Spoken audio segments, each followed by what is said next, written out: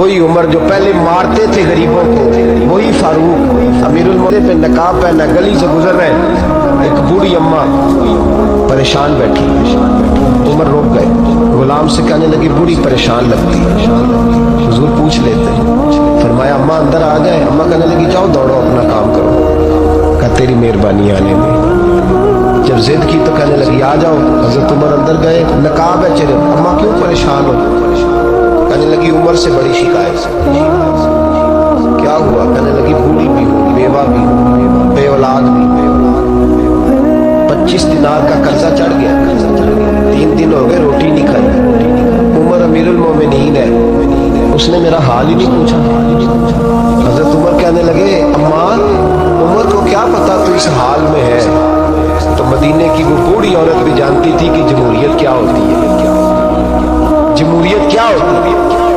اماں عمر کو کیا پتا کہ تو اس حال میں ہے؟ تو وہ اماں بولی، کہنے لگی کیا کہا تم نے؟ عمر کو پتا نہیں؟ عمر کو جا کے میرا پیغام دے دو کہ حکومت چھوڑ دے، اس کے حوالے کرے جو غریبوں کا پتہ رکھ سکتا ہے، نہ ادھر ادھر کی تو بات کر، یہ بتا کہ قافلہ کیوں لٹا؟ مجھے رہزنوں سے غرض نہیں، تیری رہبری کا سوال ہے، تو بہانہ کر کے سائڈ پہ ہو گیا، بول، تو پتہ رکھ نہیں سکتا تو کیوں حکومت کرتا ہے؟ آپ کے غلام کہتے ہیں عمر دوڑ لگا کے باہر نکلے، کھانا پکا پکایا گھر سے لائے، 25 دینار بھی لائے، 2 بوریاں اناج کی کندھوں پہ رکھ دی، غلام کہنے لگا حضور مجھے دے دیں، فرمایا وعدہ کر قیامت کے دن بھی میرا بوجھ اٹھائے گا؟ حضور میں نہیں اٹھا سکتا۔ عمر لائے، اس بوڑھی اماں کو 25 دینار دیے، 2-3 مہینے کا راشن دیا، کھانا کھلایا۔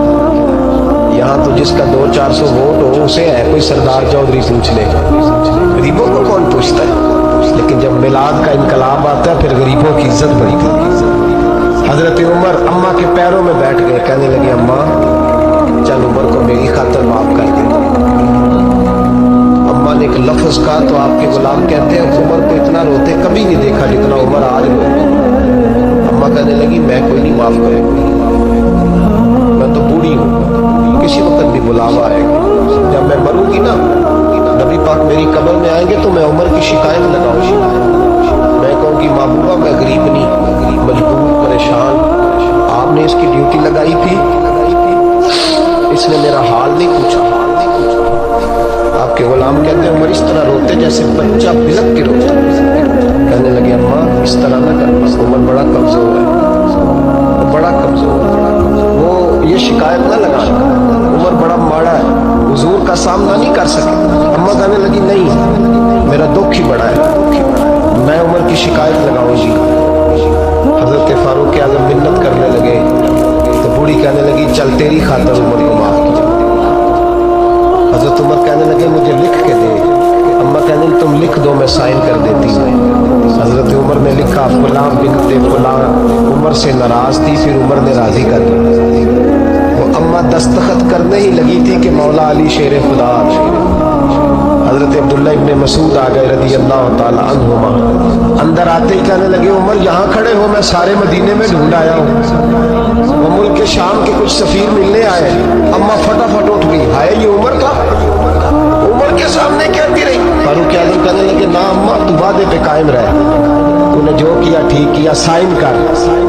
اماں نے دستخط کیے تو حضرت عمر حضرت مولا علی شیر خدا کرم اللہ تعالی وجہ الکریم کو خط دے کے کہنے لگے علی گواہ کے سائن آپ بھی کر دیں، عبداللہ بطور گواہ تم بھی دستخط کر۔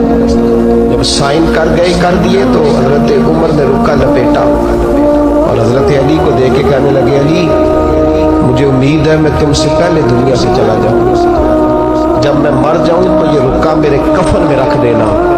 میرے نبی نے اگر پوچھا عمر میری امت کا کیا کر کے آئے ہو تو میں رکا نکال کے عرض کروں گا مولا ایک بوڑھی اماں ناراض تھی میں اسے بھی راضی کر کے آیا۔